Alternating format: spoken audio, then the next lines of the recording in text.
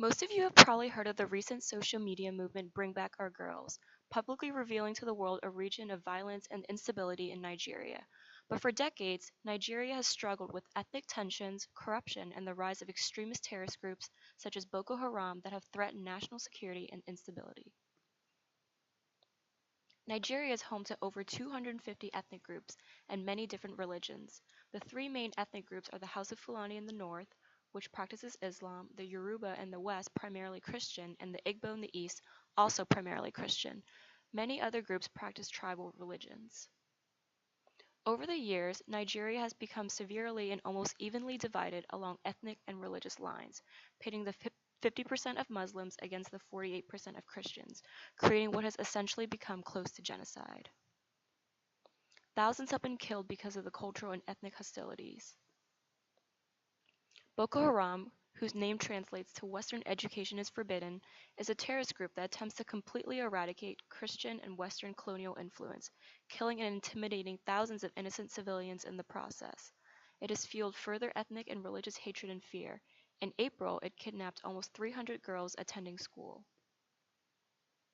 Abuja, the capital of Nigeria, is one of the most diverse cities in the country, representing many different ethnicities and religions, and serves as the perfect starting point to build a model for school for children of all ethnicities and religions to come together in one tolerant learning environment.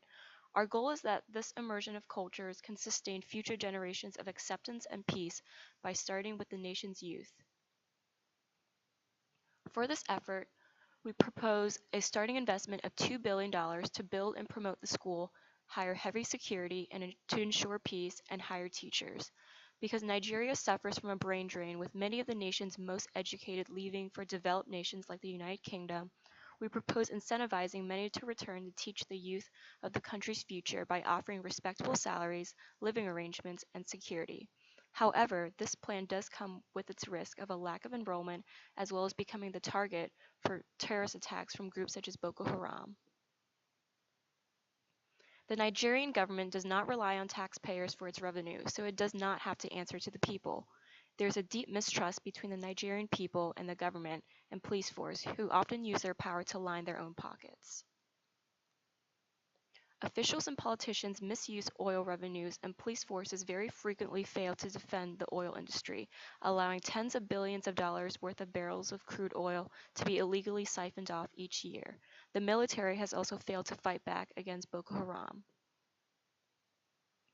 Nigeria's economy heavily relies on the wealth of its oil reserves, giving Nigeria the largest GDP in Africa. Such natural resources make the oil and petroleum industry in Nigeria a breeding ground for corruption. However, agriculture and manufacturing also make up a significant portion of the country's economy.